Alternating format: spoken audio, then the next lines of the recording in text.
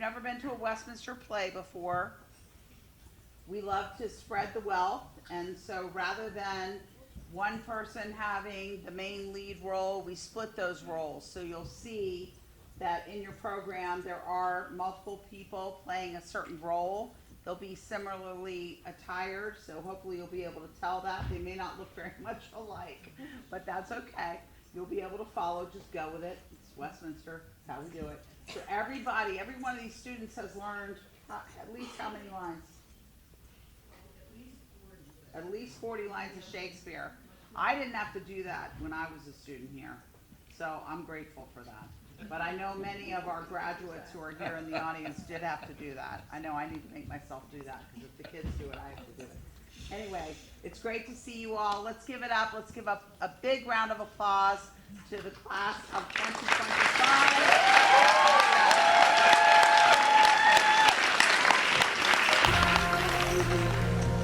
And the sky is gray. I've been for a walk on a winter's day. I'd be safe and warm if it wasn't that way. California dreaming, I'm such a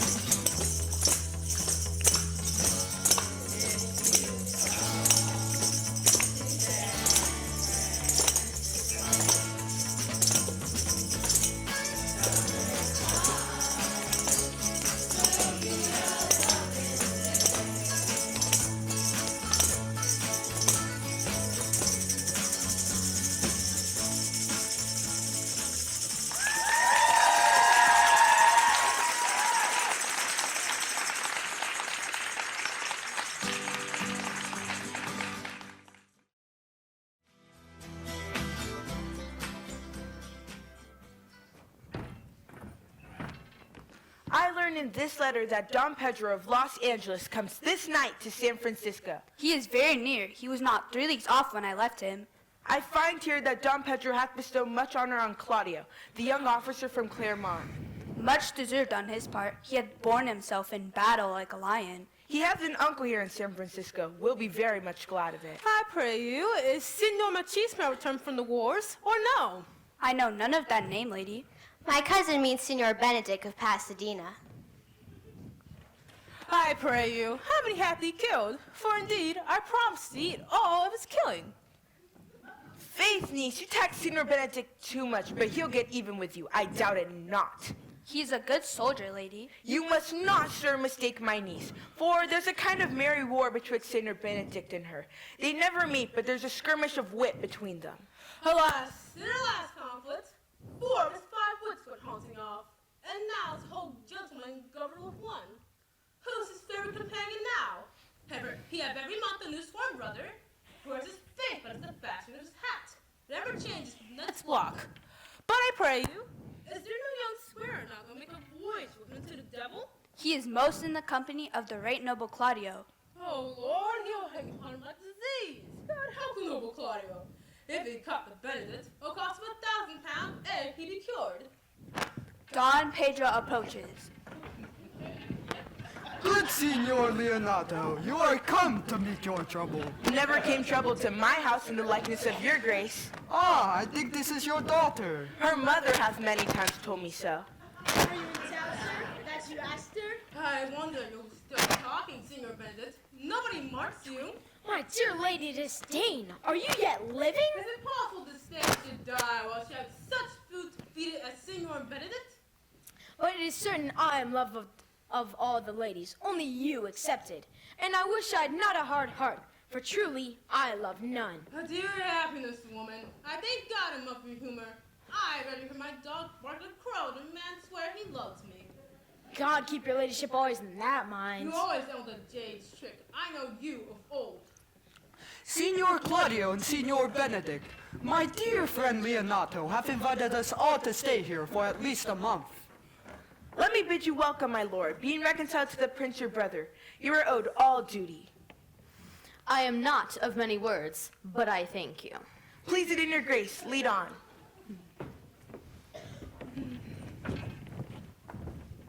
Benedict, didst thou know the daughter of Signor Leonato? Is she not a modest young lady? Do you question my simple true judgment? Or would you rather have me speak as a professed tyrant to their sex? No, I pray thee speak in sober judgment. Why, methinks she is too low for high praise and too slight for great praise. Only this commendation I can afford her, that she were other than she is, she were unhandsome, and being no other than as she is, I do not admire her. Thou thinkest I am in sport. I pray thee, tell me truly how thou likest her. Would you buy her, that you inquire after her? In mine eye, she's the sweetest lady ever I looked on. I see no such matter. There's her cousin Beatrice, if she were not possessed with a fury, exceeds her in beauty as the 1st of May doth the last of December. But I hope you have no intent to turn husband. Have you? I would scarce trust myself if Hero would be my wife. Is it come to this? Shall I never see a bachelor 80 again? Go to, thrust thy neck into your yoke, and sigh away Sundays. What secret hath held you here that you followed not the Leonatos? On my allegiance he is in love. With whom? Now that is your grace's part. Mark how short his answer is. With Hero, Leonato Short's daughter. That I love her, I feel. That she is worthy, I know. That I neither feel how she should be loved or know how she should be worthy is the opinion that fire cannot melt out of me. I will live a bachelor. I shall see thee, ere I die, look pale with love. With anger, with sickness, or with hunger, my lord, but not with love. Well, in time the savage bull doth bear the yoke. The savage bull may, but if the ever-sensible Benedict ever bear it, pluck them off and set them in my forehead. Then, signifying a sign, here you may see Benedict the married man. If Cupid hath not spent all his quiver, thou wilt quake for this shortly. As likely look for an earthquake then. My liege, hath Leonardo any son? No child but Hero, she's his only heir. Dost thou affect her, Claudio?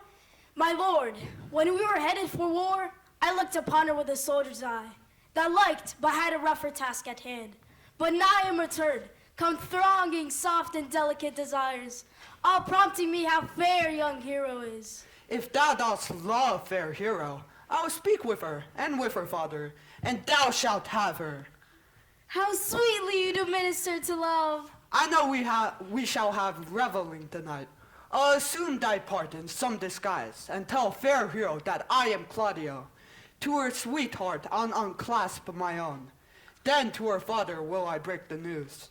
In conclusion, she shall be thine.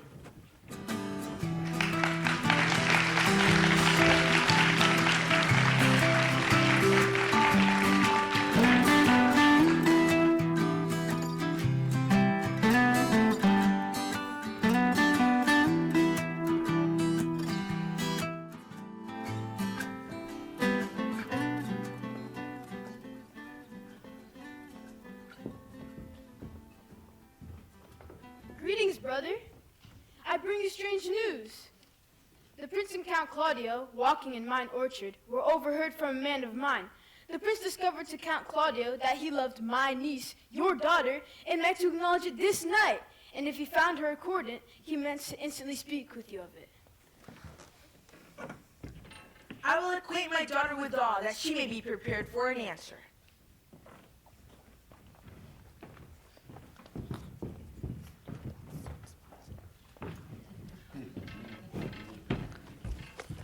What is the matter, my lord? Why are you thus out measure sad? I cannot be other than I am. I must be sad when I have cause, and smile at no man's jest. Eat when I have stomach, and wait for no man's leisure. Sleep when I am drowsy, and tend on no man's business. But you must not make full show of this. You have of late stood out against your brother, and he hath only recently taken you newly into his grace. I had rather be a canker in a hedge than a rose in his grace. It must not be denied, but I am a plain-dealing villain. Therefore I have decreed not to sing in my cage. If I had my way, I would bite the proffered hand and follow my own vile will. In the meantime, let me be what I am, and seek not to alter me. Can you make no use of your discontent? I make all use of it, for it is all I have. Who comes here? What news, Baraccio? I came yonder from a great supper. The prince, your brother, is royally entertained by Leonardo, and I can tell you of an intended marriage. Will it serve to build mischief on? Who is the fool that betroths himself to unquietness? Mary, it is your brother's right hand. Who? The most exquisite Claudio? Even he. A proper squire. In which way looks he? On Hero, the daughter and only heir of Leonardo. A very forward-marched chick. How came you to this? As I linger in a musty room, in comes the prince and Claudio in a sad conference. I whip me behind in the arras, and there, heard it agreed upon, the prince should woo Hero for himself, and having obtained her, give her to Count Claudio. Come, come, let us thither. This may prove food for my displeasure. That young upstart hath all the glory of my overthrow. If I can cross him in any way, I bless myself every way. You will assist me? To the death, my lord.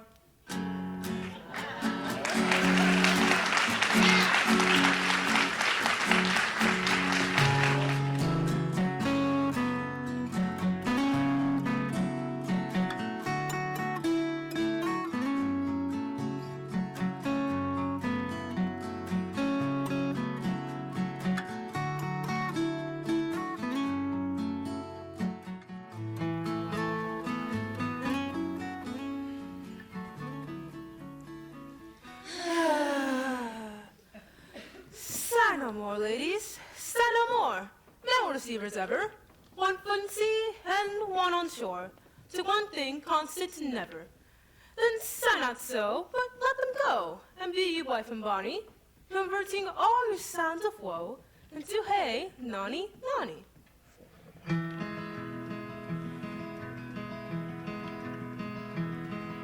Sigh no more, ladies, sigh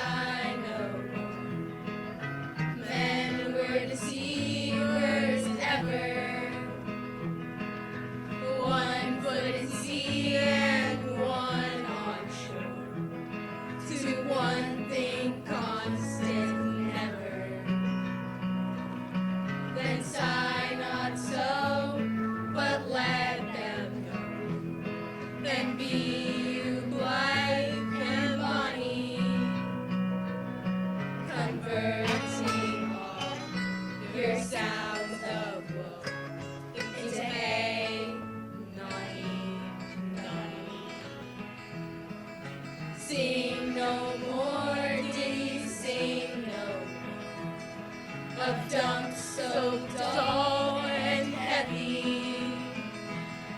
The fraud of men was ever so, since summer first was leafy. Then sigh not so, but let them go, and be you blithe and bonny, converting all your sounds of woe into hey, naughty, naughty.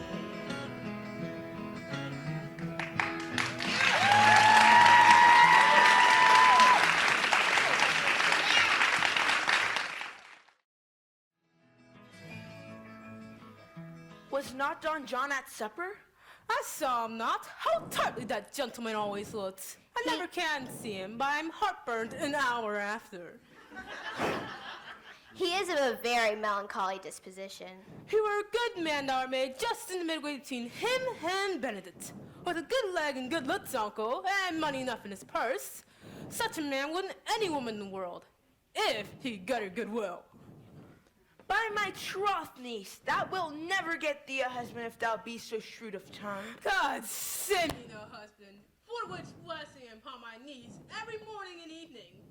Lord, I cannot endure a husband with a beard in his face. I had rather lie in the woods. You may light on a husband that hath no beard. Well, what should I do with him? Dress in my apparel, make him my waiting woman? He that hath a beard is more than a youth, and he that hath no beard is less than a man. He that is more than a youth is not for me. He that is less than a man, I am not for him. Well, daughter, I'm trusted you'll be ruled by your father. Yes, Faith, it's my cousin suited make curtsy and say, Father, as it please you, but cousin, let him be a handsome fellow, or else make another curtsy and say, Father, as it please me. Well, niece, I would hope to see you one day fitted with a husband. Not till God make men of some other metal than earth. Would it not grieve a woman to be overmastered with a piece of dirt? No, uncle, I'll none. Daughter, remember what I told you. If the prince do solicit you in that kind, you know your answer. The fault's we in the music, cousin. For hear me, hero. Wooing, wedding, repenting is as a Scottish jig, a measure, and a syncopace. The first is hot and hasty. The measure, mannerly, modest of measure. And then comes repentance, dancing faster and faster till he sink to his grave. Cousin, you apprehend passing shrewdly. I have a good eye, uncle. I can see a church by daylight. The revelers are entering.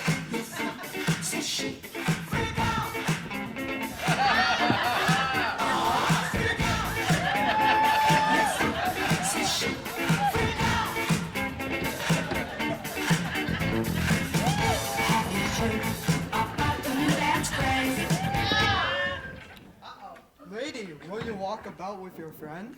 So you walk softly and look sweetly and say nothing. I am yours for the walk, and especially when I walk away. Speak love, you speak love. I'm sure you'll be amazed. Big fun to be had by everyone. It's up to you. Surely it can be done. I do what I'm told. Well, I would you did like me. So would not I, for your own sake, for I have many ill qualities. Which is one. I say my prayers aloud. I love you all the better. God, match me with a good dancer. Amen. Just one try, and you two will be sold. It's called a freak. They're doing it night and day. Allow us, we'll show you the way. I know you well enough. You're Senor Antonio. On my word, I'm not. I know you by the waggling of your head. To tell you true, I counterfeit him. Come, come, do you think I do not know you by your excellent wit? Can virtue hide itself? Go to, you are he. Princes will appear, and there's an end.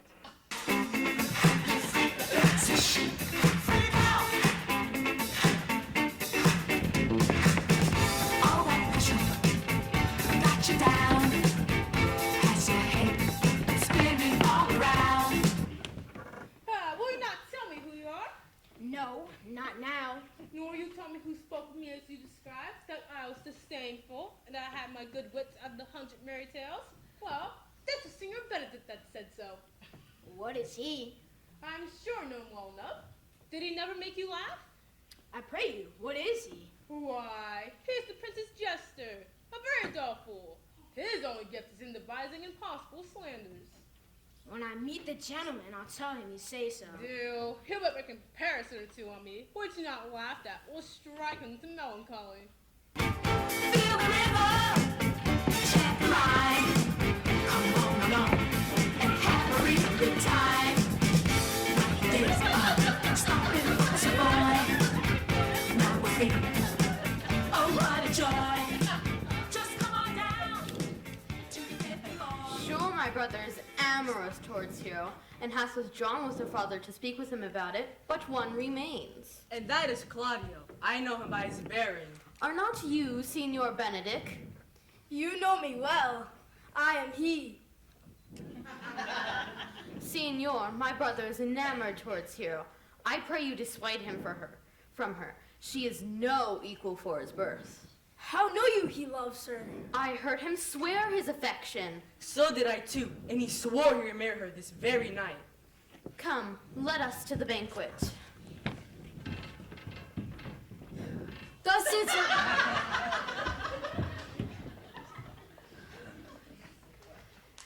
Thus answer I in the name of Benedict. But hear this ill news of the ears of Claudio. It must be so. The prince woos for himself. Friendship is constant in all things, save in the office and affairs of love. Therefore, farewell, hero. Count Claudio! Come, go with me to the next willow, for the prince hath got your hero. I wish him joy of her. What is this? Do you think the prince would have served you thus? I pray you, leave me. Ha! Now you shirk like the blind man.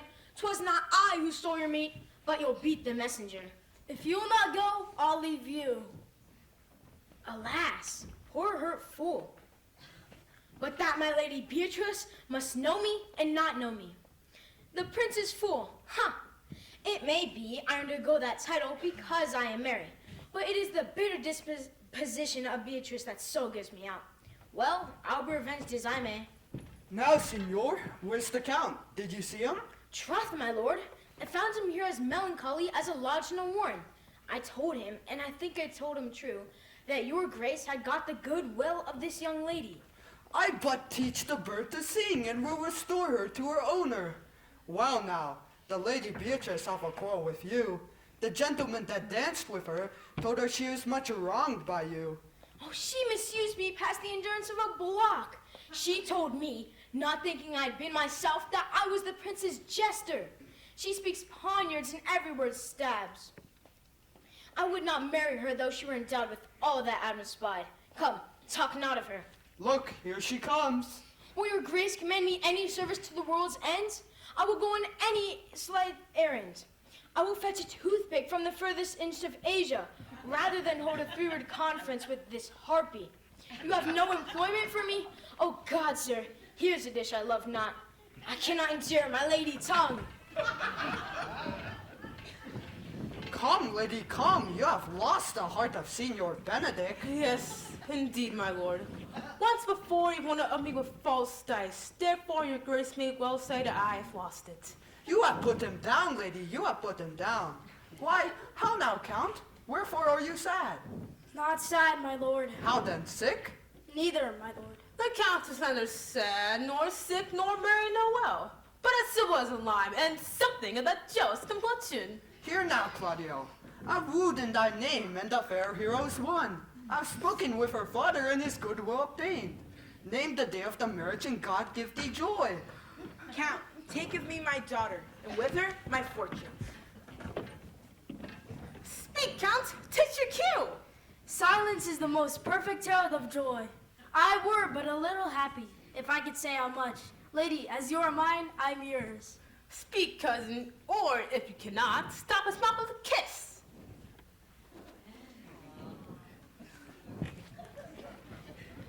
In faith, lady, you have a merry heart. Yes, I think it. Poor fool. He's on the windy side of care. Look, she tells him in his ear that he is in her heart. And so she doth, cousin. Good Lord for alliance. Thus goes everyone in the world but I.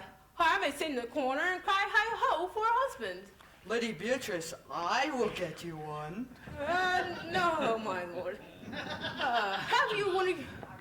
I'd rather have one of your fathers getting half your grace near brother like you. Will you have me, lady? Oh, no, my lord. Unless I might have enough working days, your grace is too costly to wear every day. But I beseech your grace, pardon me. I was born to speak all mirth, but no matter. To be merry best becomes you, for out of question, you were born in a merry hour. No, sure, my lord, my mother cried. But then there was a star dance, and under that was I born. Cousins, God give you joy.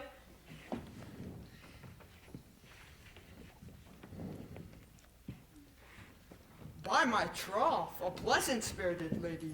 Yet can she not endure to hear tell of a husband?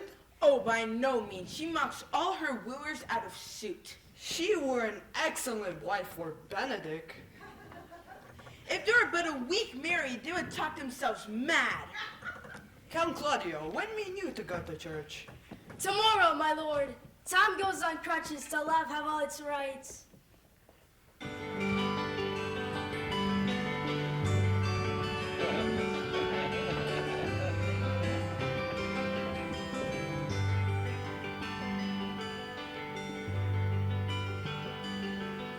Is now to be among you at the calling of your hearts. Rest assured these troubadours are acting on his part. The union of your spirits here has caused him to remain. For whenever two or more of you are gathered in his name, there is love. There is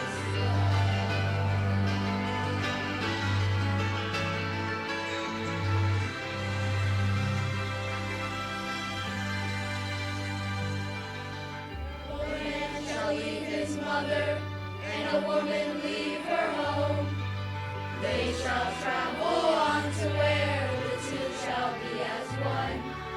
As it was in the beginning, is now until the end. Woman draws her life from man and gives it back again. There is love. There is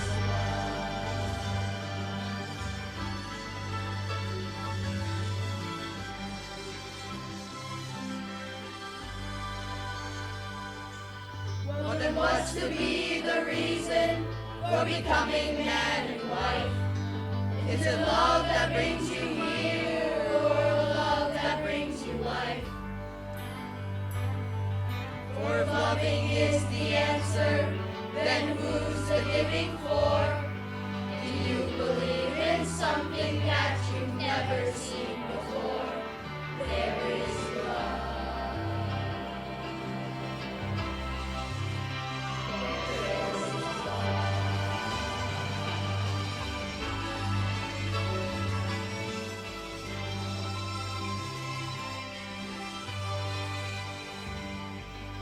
Well, then what's to be the reason for becoming man and wife? Is it love that brings you here, or love that brings you life? For if loving is the answer, then who's the giving for? Do you believe in something that you've never seen before? There is love. There is love.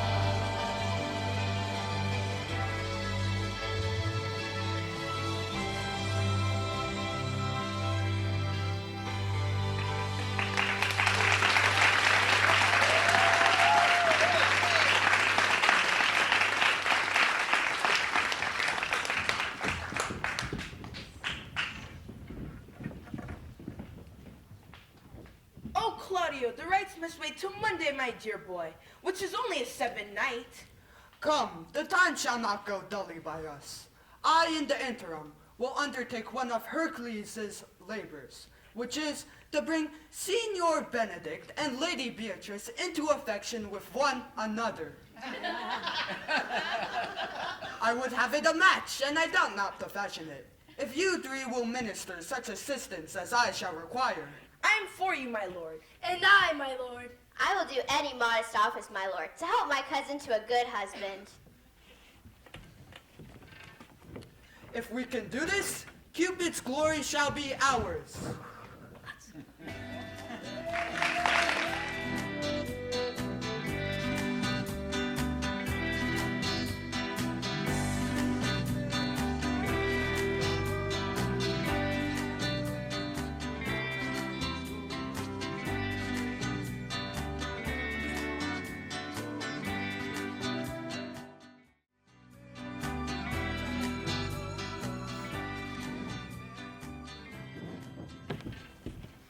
Well, Count Claudio hath won the daughter of Leonardo. I'm sick of him, and any bar to him is menacing to me. How canst thou cross this marriage? Not honestly, my lord, but covertly. As I told you, I'm in favor with Margaret, the waiting woman of Hero. I can, at any unseasonable time, in the night, appoint her to look out of her lady's chamber window. What life is in that? To be death of this marriage. It lies in you to temper that poison. Go to the prince, your brother. Tell him that he hath done his honor marrying the renowned Claudio to such a disloyal one as Hero.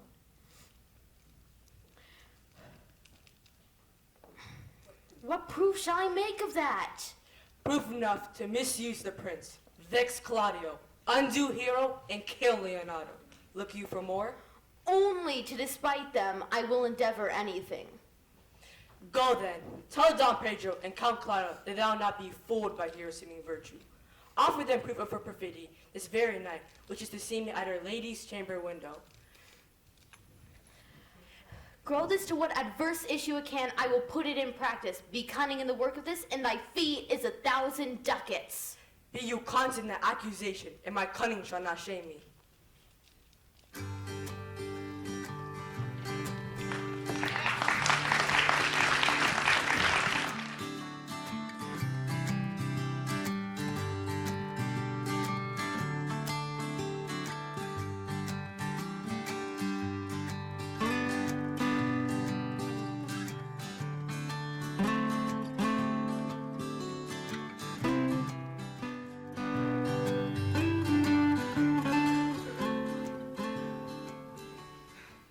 I do much wonder how one man, seeing how much another man is Cupid's fool, will, after he hath laughed at others, earn his own scorn by falling in love.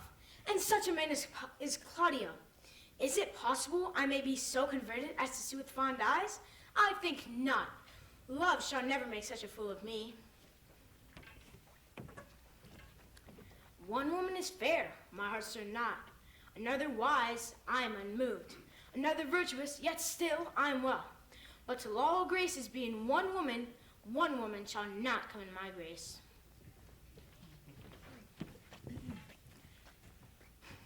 Rich she shall be, that's certain. Wiser, none. Fair Earl, I'll never look on her. Milder, come not near me.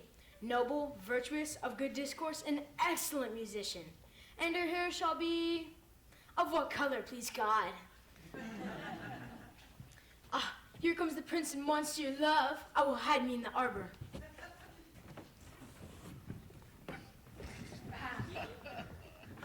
Do you not see Sir Benedict there among the vines?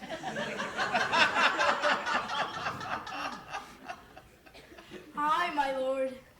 Leonato, what was it you told of me today that your niece Beatrice was in love with Signor Benedict? Is it possible? Sis the wind in that corner? Can this be true? What effects of passion shows she? Bait the hook well. This fish will bite. Why, you heard my daughter tell you how she sighs his name as if in pain, then bursts into wild laughter, then into sobs, then sings as if to distract herself, then begins all anew. So said the Lady Hero, my lord. You amaze me. I would have thought her spirit had been immune against all affection. I would have sworn it had, my lord, especially against Benedict. I should think this is a jest, but Leonardo speaks it. Have she made her affection known to Benedict? No, and swears she will never. That's her torment. 'Tis true. Shall I, says she, that have so often countered him with scorn, write to him that I love him? My daughter tells me that Beatrice's wildest feelings have so much overborne her that she's sometimes a fear that she will do a desperate outrage to herself. It were good that Benedict knew of it by some other way, if she will not discover it. To what end? He would make but a sport of it and torment the poor lady worse. Oh, that would be the shame. She's an excellent sweet lady, fair and out of all suspicion. She is virtuous. And she's exceeding wise. In everything but in loving Benedict. I would that Benedict were not so proud and see the lady for her true value. If you do not dote on her after this, I will never trust my expectation. Let the same net be spread for Beatrice, and that must your daughter and her gentlewoman carry.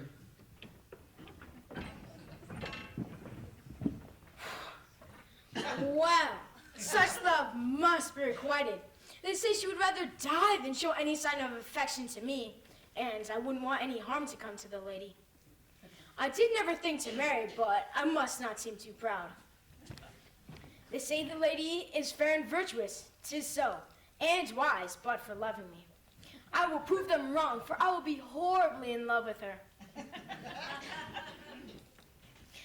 I may chance have some odd remnants of wit broken on me because I railed so long against marriage. But doth not the appetite alter? Shall quips and paper bullets keep a man from his desire? No. When I said I should die a bachelor, I did never think I should live till I were married. Ah, here comes Beatrice. By this day she is a fair lady, and methinks I do spy some marks of love in her.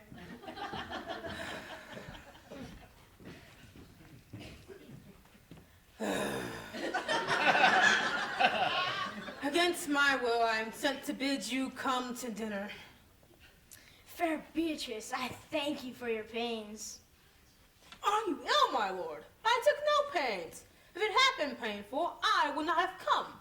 You take pleasure, then, in the message? Oh, surely. Just so much you may take upon a knight's point. You have no appetite, senor? Then fare you well. Ha! Against my will, surely. And there is a double meaning in I take no more pains, too. That's as much as to say, any pains I take for you is as easy as thanks. If I do not take pity on her, I am a villain. If I do not love her, I am no proper man.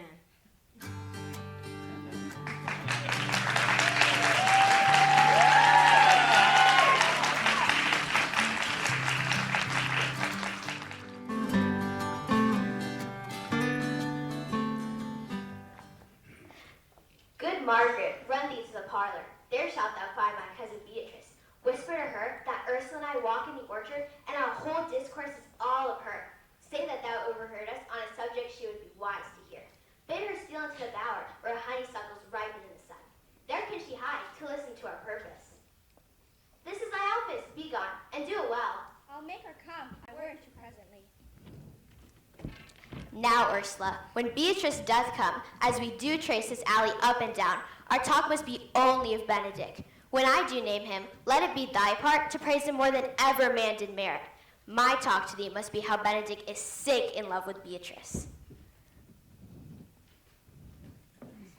No, she is too disdainful. I know her spirits are coy and wild.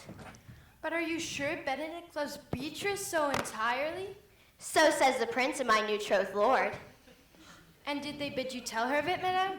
They did entreat me to acquaint her of it, but I persuaded them, if they love Benedict, to counsel him wrestle with his affection, and never to let Beatrice know of it.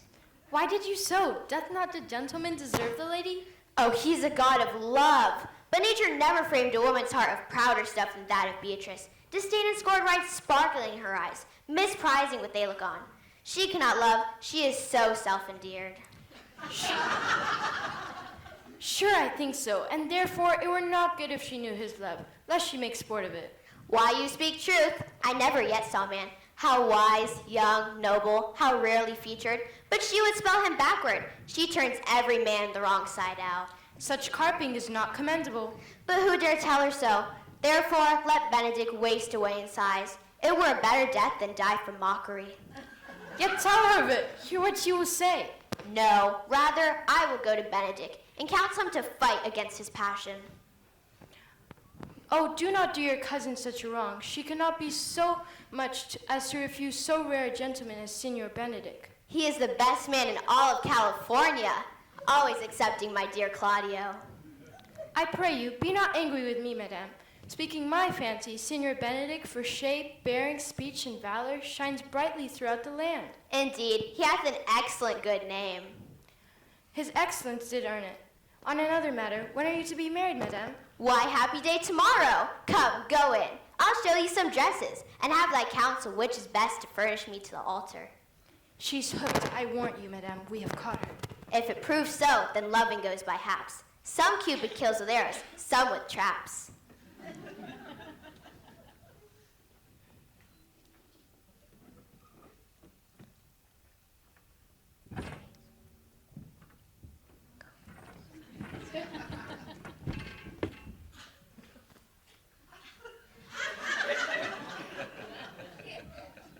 What fire is in mine ears? Can this be true? Benedict loves me? Stand I condemned for pride and scorn so much that a gallant gentleman, a brave soldier, dare not declare himself?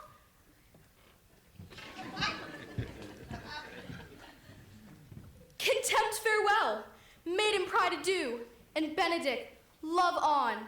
I will requite thee, taming my wild heart to thy loving hand.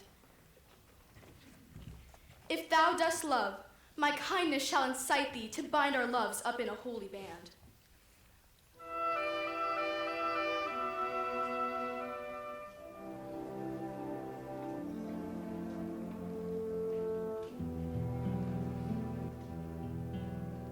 What I'll give you since you've asked is all my time together. Take the rugged sunny days, the warm and rocky weather. Take the roads that I have walked along, looking for tomorrow's time. Peace of mind. As my life spills into yours, changing with the hours, filling up the world with time, turning time to flowers. I can show you all the songs that I never sang to one man before. We have seen a million stones lying by the water. You have climbed the hills with me to the mountain shelter. Taking off the days one by one, setting them to breathe in the sun.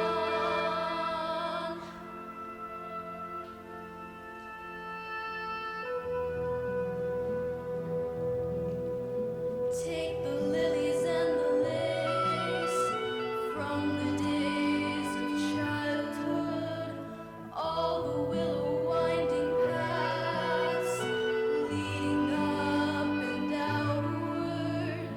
This is what I give. This is what I ask you for. Nothing more.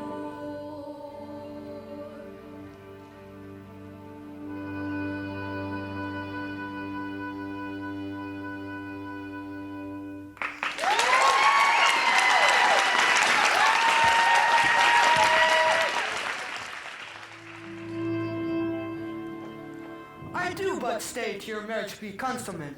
Then go I to Los Angeles. I'll accompany you thither, my lord, if that would please you. Nay, that would be as great a wrong to your new marriage as to show a child his new coat and forbid him to wear it. I'll ask Benedict for his company, for from the crown of his head to the sole of his foot, he is all mirth. He hath a heart as sound as a bell, and the little archer dare not take aim at him. Gallants, I'm not as I've been. Methinks you are sadder.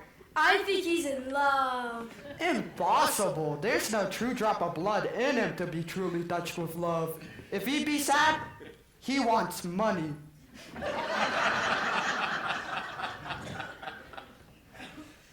I have a touch of melancholy. Yes, What? Sigh for a cloudy day? Everyone can master grief, but he that has it.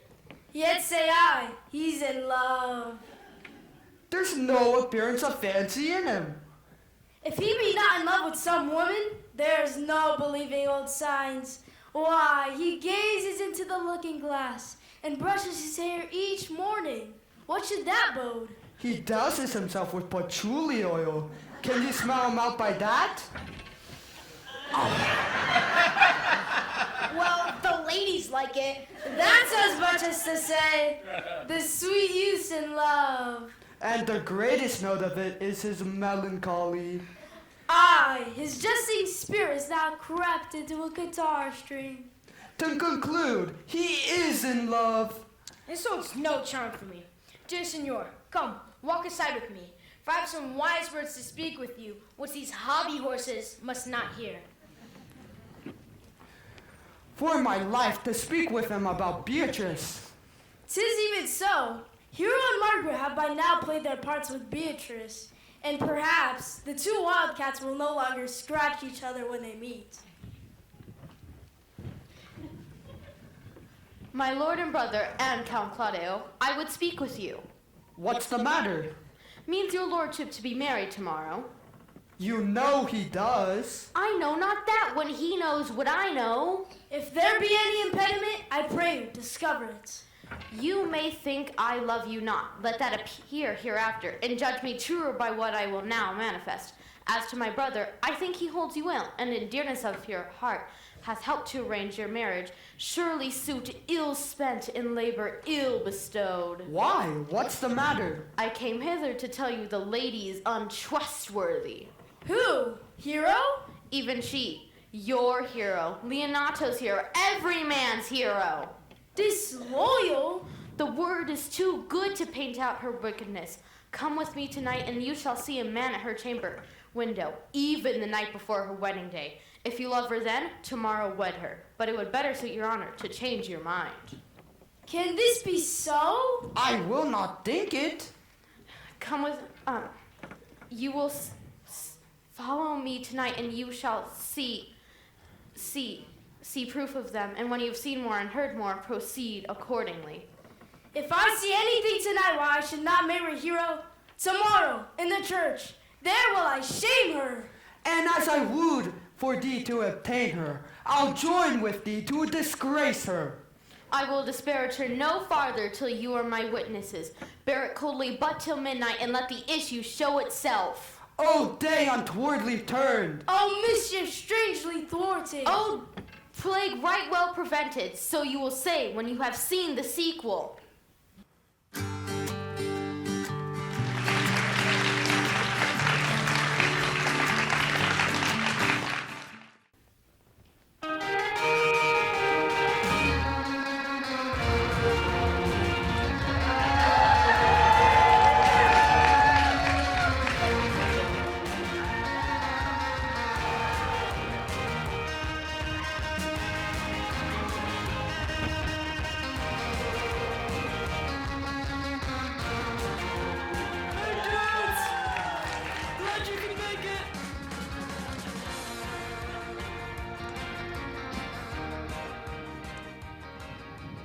Dudes!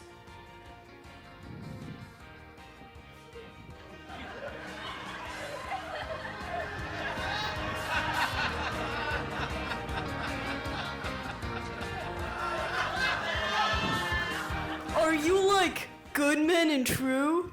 Oh, they are righteous, or else they should pity suffer salvation, body and soul. No way! That'd be punishment too good for them if they should have any allegiance in them being chosen for the prince's watch. We're big, we're dumb, and proud of it. Well, give them their charge, my man. First, who think you the most unbuffed man to be constable? That's me, sir, Patrick McCool, or my brother here, for we can, write and read and stuff. Give me some skin, McCool.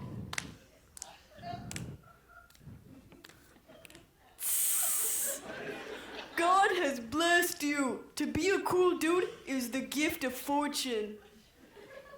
Both which, master. You have! I knew it would be your answer. You are the most senseless and total hip man of the constable for the watch.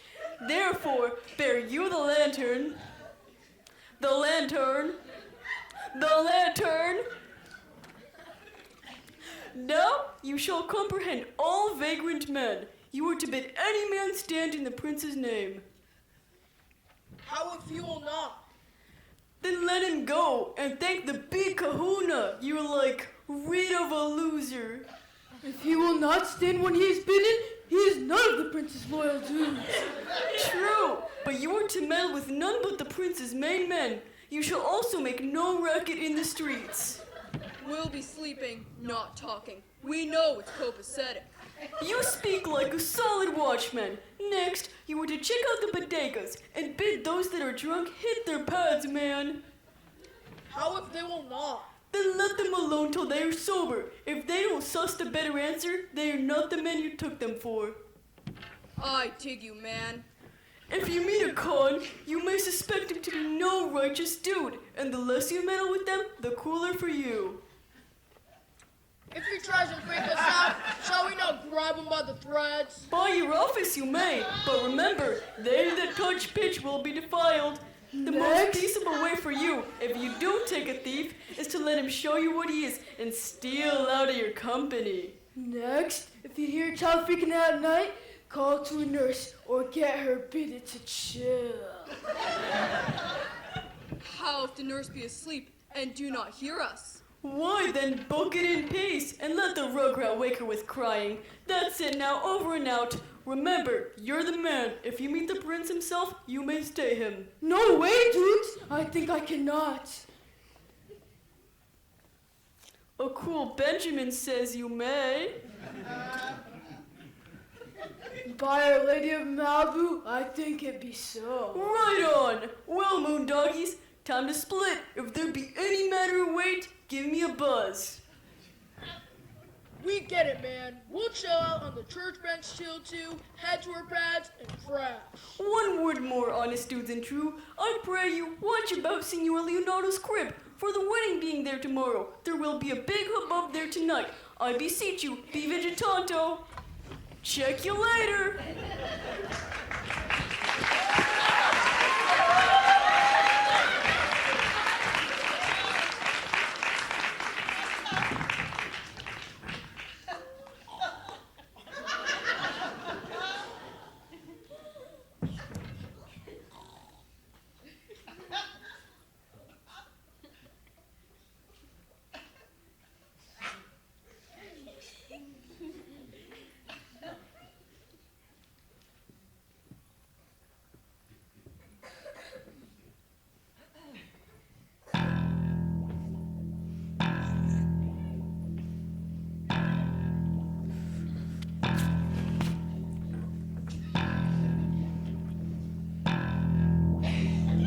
What, Conrad? Here, man, I'm at thy elbow. Now forward with thy tale.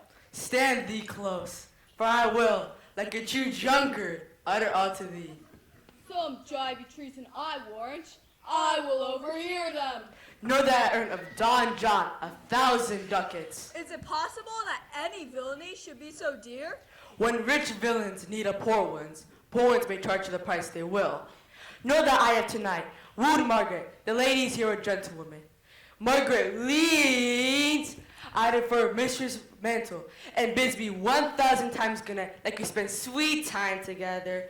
I should first tell thee the prince, Claudio, my master, saw fall in the orchard of this amiable encounter. I thought they, Margaret, was hero?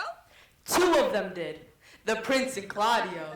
But the devil, my master, knew that she was Margaret, partly by his oaths and partly by the dark night, but chiefly by my villainy. Away went Claudio in rage, swore that I would meet her at the temple the next morning, and there, before the whole congregation, shamed her with what he saw overnight, and sent her home again without a husband. Stand! We charge you in the prince's name.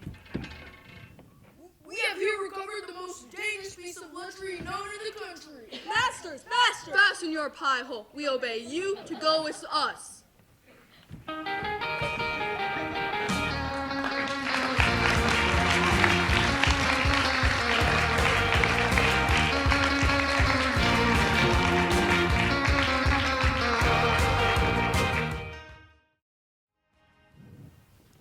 Good Ursula, wake my cousin Beatrice. Desire her to rise, and bid her come hither. I will, lady.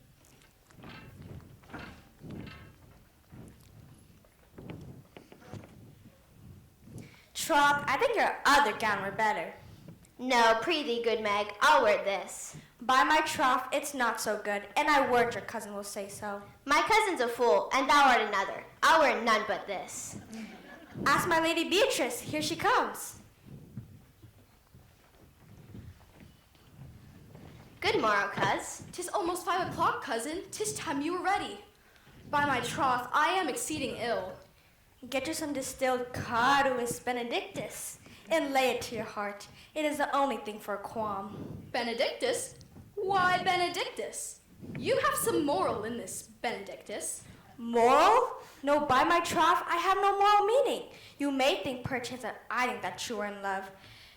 Nay, by Our Lady, I am not such a fool to think that you're in love, or that you will be in love, or that you can be in love. Yet Benedict was such another. He swore he would never marry, and yet look at him now. And how you may be converted, I know not, but methinks with your eyes as other women do. What pace is this that thy tongue keeps? Not a false gallop. Madam, withdraw. The prince, the count, Signor Benedict, and all the gallants of the town have come to fetch you to the church. Help to dress me, good cuz.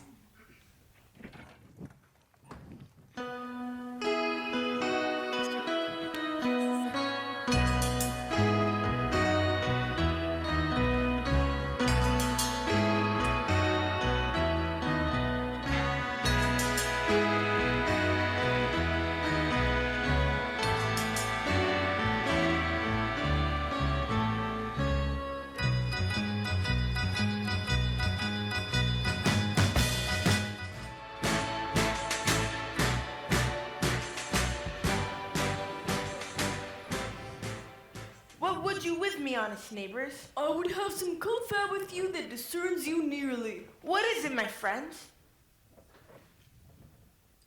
Oh yeah, it's radical, sir. Yeah, we got to low down. What is it, my friends? Well, my good man Verges here speaks a little off the matter. A good dude, sir, but his wits are not so blunt as I would desire. But in faith, honest as the skin on his nose. Yes, I thank God I'm as honest as any man living, for that is an honest man. Comparisons are odorous. Don't be a turkey. Neighbors, you are tedious. It's odd aside for your worship to say so, for we are just the poor duke's officers. But for sure, if I was tedious as a king, I would find it in my heart to lay it all upon your worship. True bones, sir. Our watch tonight has nabbed a couple of weirdos as freaky as any in Frisco. Oh, well, a good dude, sir, but he will be rattling. As they say, when the surf is up, the wit is out. I must leave you. Hang a hot sec, your worthiness, for our watch has indeed comprehended 2 auspicious persons, and we would have them examined by our watch. Take their examinations yourself and bring it to me. I'm now in great haste. We're down with that, Big Daddy. Get a steppin', dude, and head for McCool's crib. Bid him bring his pen and ink to the jail, for we are now on examination of these ne'er-do-wells. Yeah, we gotta get the vibes right. We'll be sound as a pound. Only get the learned writer to fetch his quill and meet us at that jail. There to set down a righteous excommunication. Oh yeah.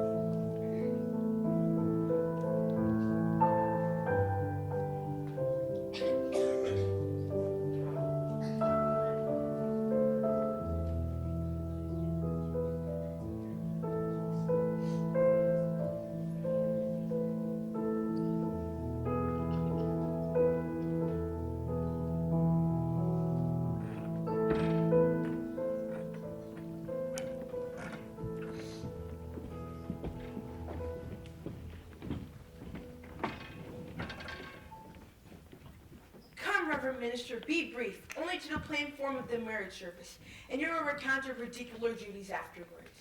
You come hither, my lord, to marry this lady? No. To be married to her. Minister, you come to marry her. Lady, you come hither to be married to this count? I do. If either of you know any impediment to why you should not be conjoined, I charge you on your souls to utter it. Know you any hero? None, my lord. Know you any count? I dare make his answer, none. Oh, what men dare do, not knowing what they do. How now? Interjections? Stand thee by, minister. Father, by your leave, will you with free and unconstrained soul give me this maid, your daughter? As freely, son, as God did give her to me. There, Leonardo, take her back again. Give not this rotten fruit to your friend. What do you mean, my lord? Behold, how like a maid she blushes now, but her blush is in guiltiness, not modesty. What do you mean, my lord? Not to be married, not to knit my soul to a proved wanton. But if in your own proof you vanquish your resistance of her youth. I know what you would say if I've known her. You would say she did embrace me as a husband, but I've never attempted her, but only showed bashful sincerity and comely love. And seemed I ever otherwise to you? Out on thee, see me. You seem to me as Diana in her orb, as chaste as the bud ere to blossom, but you are more intemperate than Venus herself. Is my lord well that he doth speak so far from truth? Sweet prince, why speak not you? What should I speak? I stand dishonored that I have gone about to link my friend to one such as she. Are these things yet spoken, or do I but dream? Sir, they are spoken, and these things are true. Let me but ask one question of your daughter, and by that fatherly and kindly power you have in her, bid her answer truly. I charge thee as thou art my child. Oh, God defend me, how I am beset! One man was he talk with you yesternight at your window, betwixt 12 and 1. If you are a maid, answer to this. I talk with no man at that hour, my lord. Why then you are no maiden. Leonato, upon my honor, myself, my brother, and the grieved count did see her, hear her, at that hour last night, talk with a ruffian at her chamber window, who have indeed confessed the vile encounters they have had 1,000 times in secret. Bye, pretty lady. I am sorry for thy much misgovernment. O hero, fare thee well, most foul, most fair. For thee, I'll lock up all the gates of love. Hath no man's dagger here at point for me? How now, hero? Wherefore sink you down? Come, let us go. These things come thus to like smother her spirits up. How doth the lady? Dead I fear. Help uncle, Senior Benedict Minister. Oh, fate, take not away thy heavy hand, for death is the fairest cover for a shame that may be wished for. How now, Cousin Hero? Have comfort, lady. Dost thou look up? And wherefore should she not? Wherefore, why doth not every earthly thing cry shame upon her name? Sir, be patient, for I'm so tired of my own wonder, I know not what to say. Oh, on my soul, my cousin is belied. Would the two princes lie, and Claudia lie who loved her so? Hence from her, let her die. Hear me a little. By noting of the lady, I have marked 1,000 blushing apparitions, 1,000 innocent shames. And in her eyes there hath appeared a fire to burn away the errors these princes hold against her. Call me a fool if this sweet lady lie not guiltless here under some biting error. Lady, what man is he you are accused of? They know that do accuse me, I know not. If I know more of any man alive that which maiden modesty doth warrant, let all my sins lack mercy. There is some strange misprison in the princes. 2 of them have the very bent of honor. For if their wisdoms be misled in this, the practice of it lives in John the Bastard, whose spirits toil in villainies. If they speak but truth of her, these hands shall tear her in two. If they wrong her honor, the proudest of them shall pay dearly for it. Pause a while, and let my counsel sway you in this case. Your daughter here the princes left for dead. Let her a while be secretly kept in, and publish it that she is dead indeed. Maintain a mourning ostentation, and do all rites that appertain unto a burial. What will this do? Mary, this well carried shall, on her behalf, change slander to remorse. That is some good. She, dying upon the instant that she was accused, shall be lamented, pitied, and excused of every hearer. For it so falls out that what we have we prize not to the worth whiles we enjoy it. But being lost, why, then we find the value that possession would not show us whiles it was ours. So will it fare with Claudio. When he hears that she died upon his words, then shall he mourn, and wish that he had not so accused her. Let this be so, and doubt not but success will fashion the event. And if it sort not well, you may conceal her in some reclusive and religious life, out of all eyes, tongues, minds, and injuries. Signor Leonazzo, let the minister advise you. Being that I flow in grief, the smallest twine may lead me. 'Tis well consented. Presently away. Come, lady, die to live. This wedding day is perhaps but prolonged. Have patience and endure.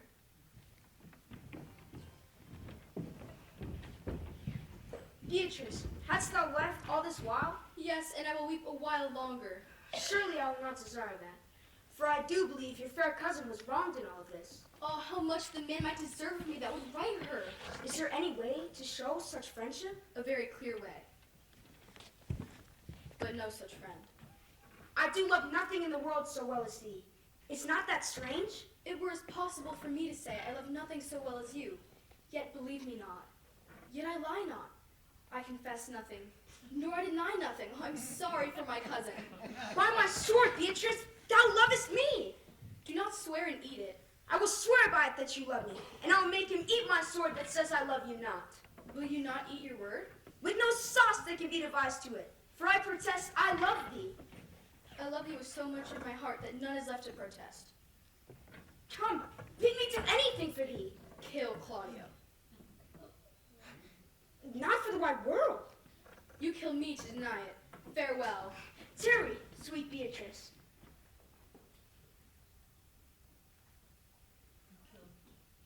You kill me to deny it. I am gone though I am here. There is no love in you. Nay, I pray you, let me go. But Beatrice, In faith I will go. we'll be friends first. You dare easier be friends with me than fight with mine enemy. Is Claudio thine enemy? Hath he not proved a villain that hath slandered, scorned, and dishonored my kinswoman? Oh, that I were a man, would hold hands until they come to take hands, and then with public accusation slander? Oh, that I were a man, I would eat his heart in the marketplace. Hear me, Beatrice. I'll talk with a man out a window, why the lady hero would never. Nay, but Beatrice. Sweet hero, she is wronged, she is slandered, she is undone. Beatrice. Oh, that I were a man for his sake, or that I had some friend who would be a man for my sake. But manhood is melted into courtesies, valor into compliment. He is now as valiant as Hercules, who only tells a lie and swears it. I cannot be a man with wishing, therefore I will die a woman with grieving. Tarry, good Beatrice. By this hand I love thee. Then use my love in some other way than swearing by it. Think you in your soul that Claudio hath wronged Hero? Yes, as sure as I have thought or soul. Enough. I am engaged. I will challenge him. I will kiss your hand, and so I will leave you. By this hand, Claudio shall render me a dear account. Go, comfort your cousin. I go to report that she is dead.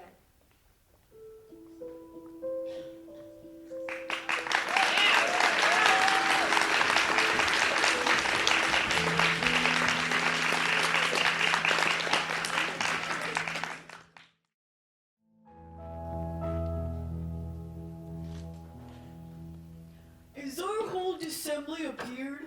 Which are the malefactors? Yours truly, your righteous honor. But which are the offenders that are to be examined? Let them come before Master Constable. Oh, yes, let them come before me.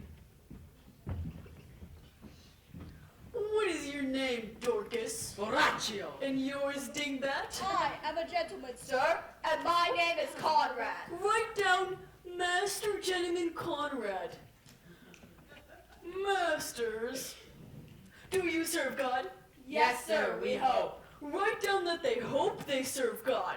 Dudes, it's been proven already that you are nothing but trouble. How answer you? Marry, sir, we say we are none. Oh, bodacious witty fellow, come you hither, Pipsqueak. I say to you that you are bad news. Ow, that hurts. Sir, I say we are none. Well, stand aside. Have you written down that they are none? Master Dogberry, you go not to wait to examine. You must call forth the watch that are their accusers. Right on. Let the watch come forth.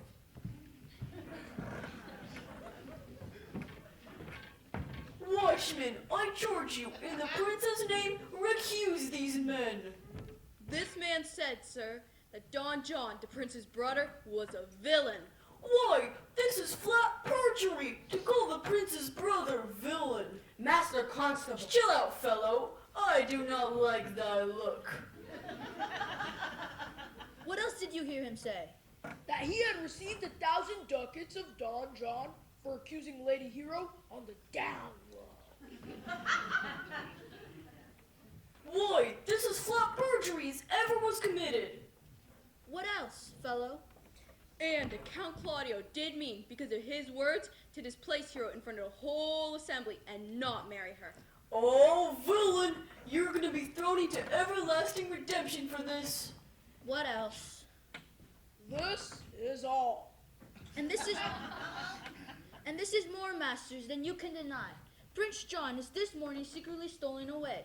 Hero was in this manner accused, and this very manner refused, and upon the grief of this suddenly died. Master Dogberry, let these men be bounded and brought to Leonato's. I will go before and show them their examination. Well, let them be opinioned. Away! You are an ass!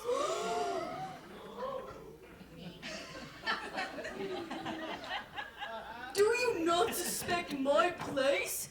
Do you not suspect my years? Oh, that the sexton were here to write down that I am an ass? But masters, remember that I am an ass, though it be not written down. I'm a wise fellow, and which is more, an officer, and which is more, I own my own crib, and which is more, is pretty a piece of flesh as any in Frisco.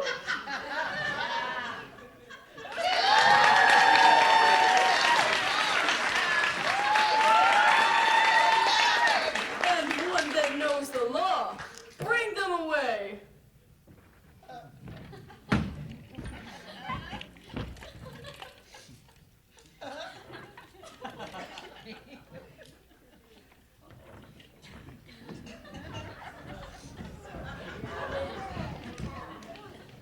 Oh, that I've been written down an ass.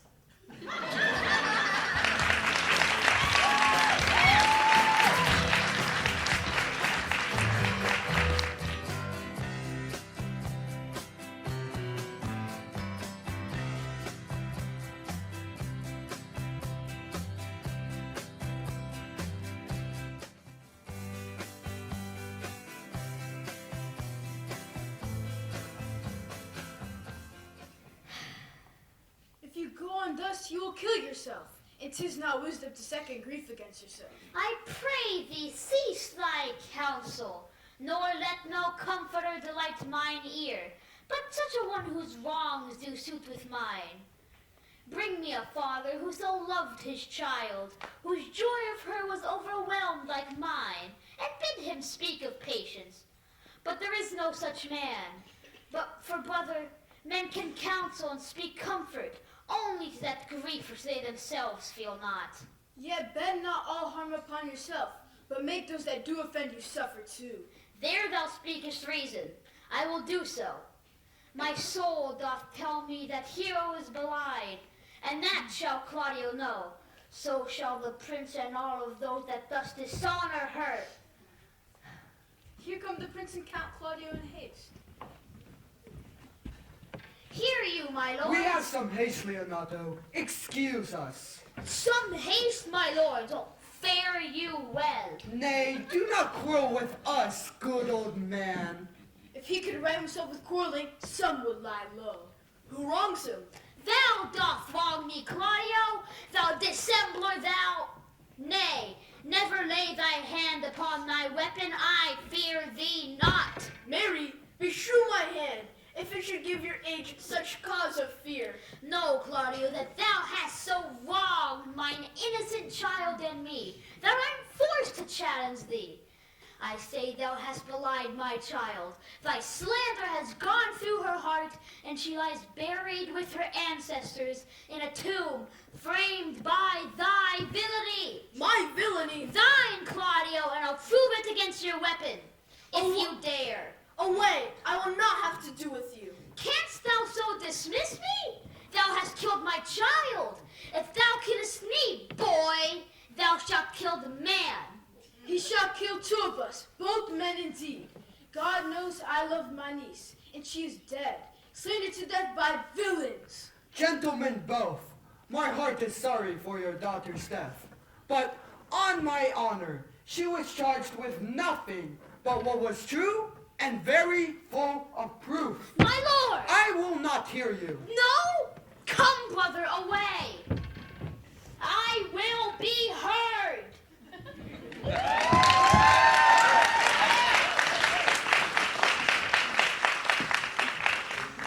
See, here comes the man we are seeking.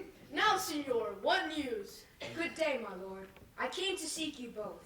We have been up and down to seek thee, for we are high-proof melancholy, and would have it been away. Wilt thou use thy wit? This in my holster. Shall I draw it? Dost thou wear thy wit by thy side? Never any did so, though many have inside their wit. As I am an honest man, he looks pale. Art thou sick or angry? What's courage, man? What thou care kills a cat? Thou hast enough metal in thee to kill care. Shall I speak a word in your ear? God bless me, not a challenge. You are a villain. I jest not. I'll make it good how you dare, with what you dare, and when you dare. Answer to me, or I'll protest your cowardice. You have killed a sweet lady, and her death shall fall heavy on you. Well, I will meet you, so I may have a good cheer. Sir, your wit ambles well. It goes easily. But when shall we set the savage bull's horns on sensible Benedict's head? Yes, and text underneath, here lies Benedict, the married man. Fare you well, boy, for you know my mind. I will leave you to gossip-like humor. My lord, for your many courtesies, I must thank you, but I must discontinue your company. Your brother Don John has fled from San Francisco, and among you have killed a sweet and innocent lady. For my lord Blackbeard there, he and I shall meet, but until then, peace be with him. He's in earnest and hath challenged thee. Most sincerely, and I'll warrant thee for love of Beatrice.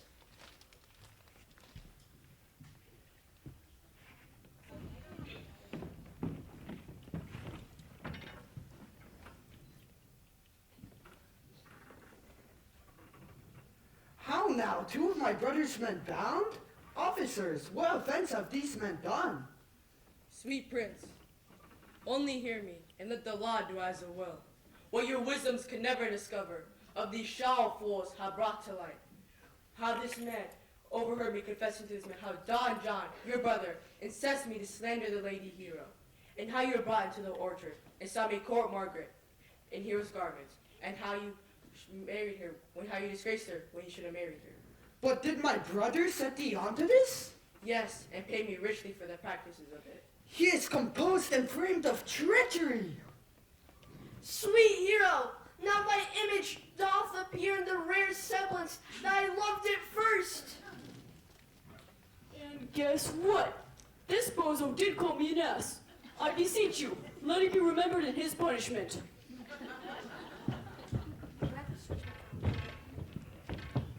Which is the villain? Let me see his eyes. If you would know your wronger, look on me. Art thou the slave that with thy breath hast killed mine innocent child? Yes, even I alone. No, not so, villain, thou beliest thyself. Here stands a pair of honorable men. A third is fled that had a hand in it. I know not how to pray your patience. Choose your revenge. Bid what penance your invention can lay upon me. Yet sinned I not, but in mistaking. By my soul, nor I. I cannot bid you to rekindle my daughter's life. That were impossible. But since you could not be my son-in-law, be yet my nephew. My brother has a daughter almost a copy of my child that's dead, and she alone is the heir to both of us. Give her the right you should have given her cousin, and so dies my revenge. Oh, noble sir, with piercing regret, I do embrace your offer. Tomorrow then I will expect you. Tonight I take my leave. This wicked man shall be face to face brought to Margaret, who I believe was part of all this wrong, hired to it by your brother. No, by my soul, she was not, nor knew what she did when she spoke to me. And guess what? This bozo did call me an ass. I beseech you, let it be remembered in his punishment. Peace out, dudes. Till tomorrow morning, lords. Farewell. I'll keep the night mourning of my dearest hero.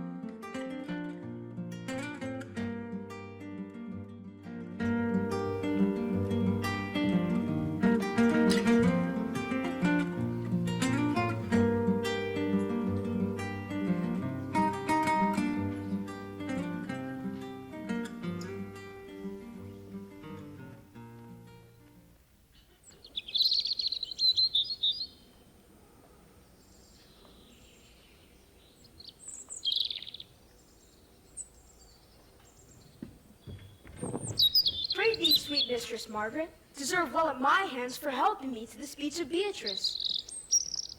Will you then write me a sonnet in praise of my beauty? In so high a style, Margaret, that no man living shall come over it.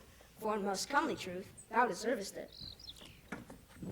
To have no man come over me, why shall I never have a husband? Thy wit is as quick as a greyhound's mouth. And yours as blunt as a fencer's foils which hit but hurt not? Well, I will call Beatrice to you, who I think hath legs.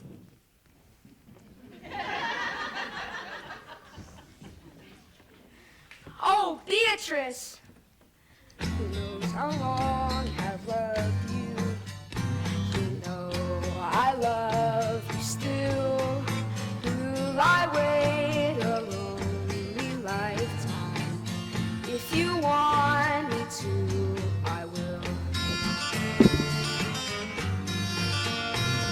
And if you ever love me, you never call my name, but it never really matters.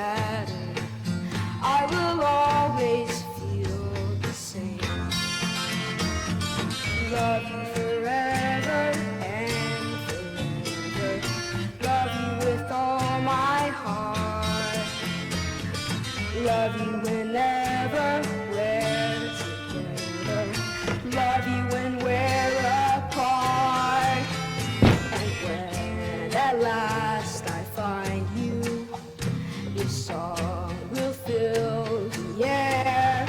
Sing it loud so I can hear you. Make it easy to be near you. For the things you do endear you to me. Oh, you know I will. I will.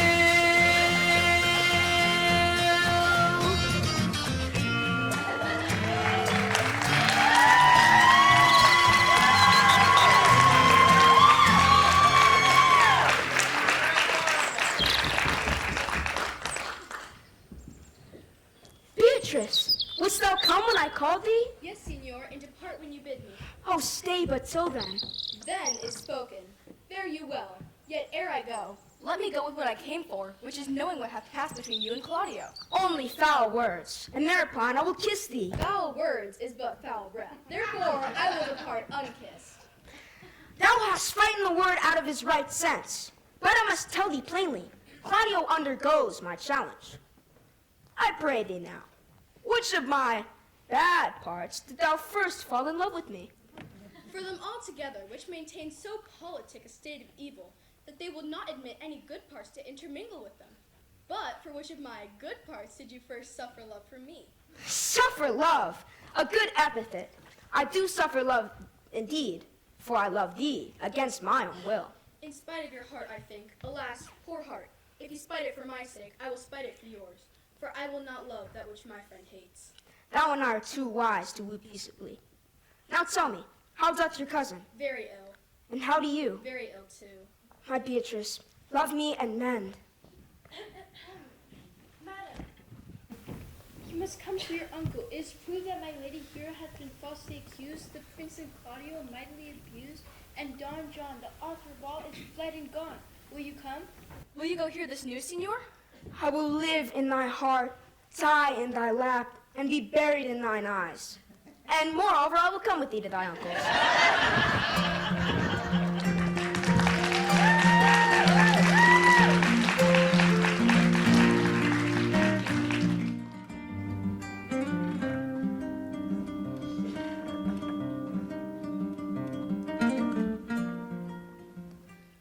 This is the grave of Hero. Done to death by slanderous tongues was the hero that here lies. So the life that died with shame now lives in death with glorious fame. Now music sound and sing your solemn hymn.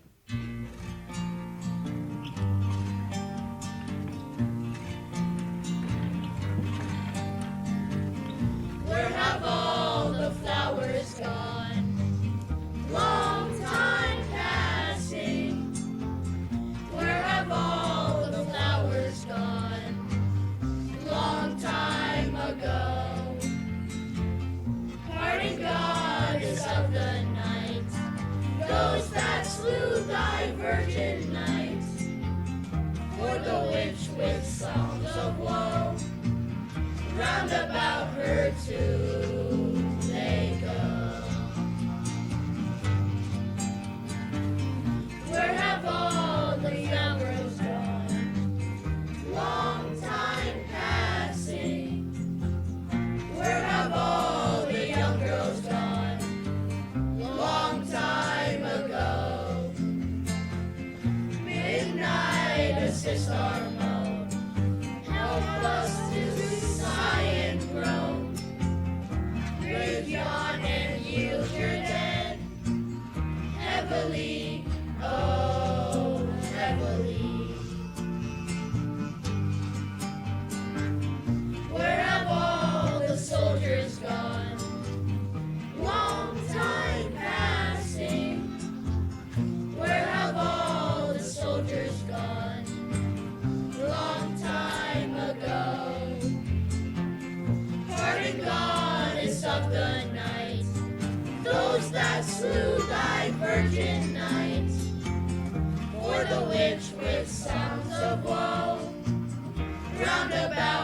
where to they go? Where have all the graveyards gone? Long time passing. Where have all the graveyards gone? Long time ago. Midnight assist our moan. Help us to sigh and groan. Graves yawn and yield your dead. Heavily, oh, heavily.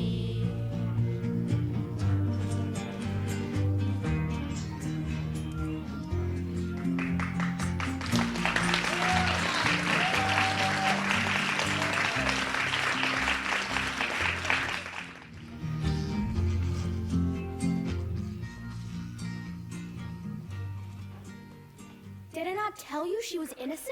So are the Prince and Claudio, who only accuse her upon the error that you heard debated, though Margaret isn't some fault for this, although unknowingly it appears. Well, I'm glad all things stood so well. And so am I, being else enforced to call young Claudio to a reckoning for it. The Prince and Claudio promised by this hour to visit me. You know your office, brother. You must be father to your brother's daughter and give her to young Claudio. Which I will do with confirmed countenance.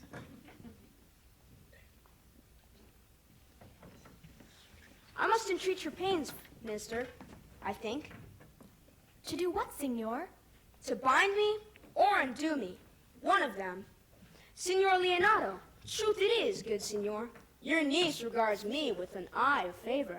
Oh, does she? Oh, does she so? And I do with an eye of love requite her as well. Even so? Well, what's your will? My will is that your goodwill may stand with ours, and this day to be conjoined in an honorable state of marriage. My heart is with your liking. And my help. Good morrow to this fair assembly. Good morrow, Prince. Good morrow, Claudio. Are you yet determined to marry with my brother's daughter? I'll keep my word in honor of my dearest hero. Very well. Ladies, come forth.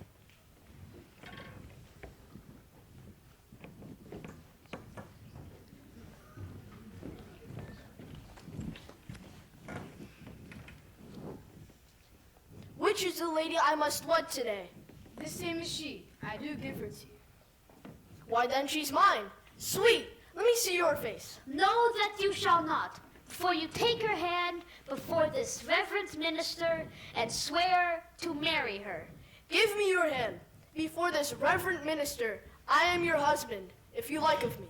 When I lived, I was your other wife. And when you loved, you were my other husband. Another hero! The former hero, the hero that was dead. Nothing more is certain. One hero died defiled, but I do live. And surely as I live, I am a right honorable maid. She died, my lord, whilst her slander lived. All this amazement I can qualify after the holy rites are ended. Meantime, let wonder seem familiar, and to the chapel let us presently. Soft, good minister. Which is Beatrice? I answer to that name. What is your will? Do not you love me? Do I know no more than reason? Then your uncle, Claudio, and the prince have been deceived, for they swore you did. Do not you love me? Troth, no. No more than reason. Well, then my cousin Margaret and Ursula have been much deceived, for they swore you did. They swore you were almost sick for me. They swore you were well nigh dead for me. 'Tis no such matter. Then you do not love me? No, truly, but in friendly recompense. I'll be sworn that I love her. For I have read the paper, written by his hand, a halting sonnet by his own pure brain, fashioned to Beatrice. And I read another, containing her affection unto Benedict. Well, our own hands do rebel against our hearts. Come then, I will have thee. But know ye well, I'd take thee for pity. I would not deny you, but yield only to save your life, for I was told you were in a consumption for me. Peace! I will end this argument. My lord, your brother John is seized in flight and brought with Armin back to Frisco. Think not on him till tomorrow. I'll devise brave punishments for him. Is it marriage you think of today, Benedict? I'll tell thee what, Prince. A college of woodcrackers cannot float me out of my humor. In brief, since I do purpose to marry, I will think nothing to any purpose that this world can say against it. Therefore, never flatter me for what I've said against Miriam. For man is a giddy thing, and this is my conclusion. Claudio, for thy part, I did think to have beaten thee, but in that thou art like to be my kinsman, live unbruised and love my cousin. I have well hoped you would have denied Beatrice, that I might have cudgeled thee out of thy single life. Come now, we are friends. Prince, thou art sad, but here I offer remedy for the vicissitudes of life. Get thee a wife, my lord. Get thee a wife.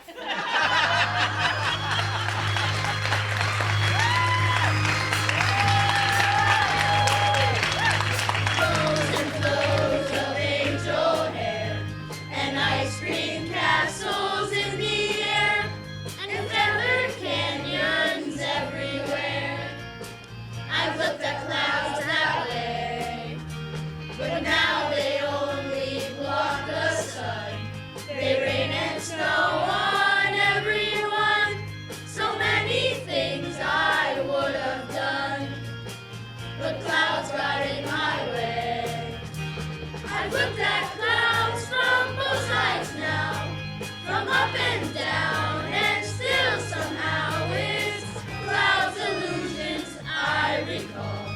I really don't know clouds at all.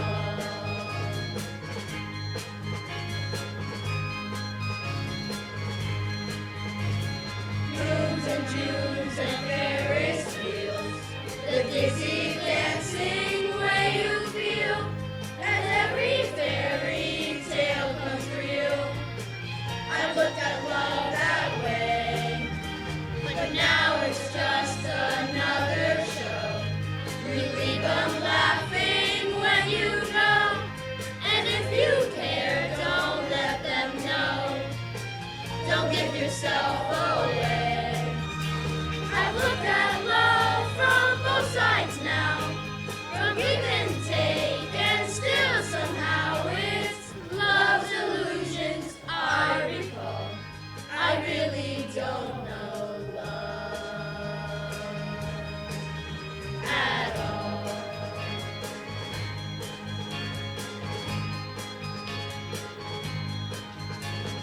Fears and feeling proud to say I love you right out loud. Dreams and teens and circus crowds. I've looked at life that way, but now old friends are acting strange. They shake their heads, they say I've changed. Well, something's lost, but something's gained in living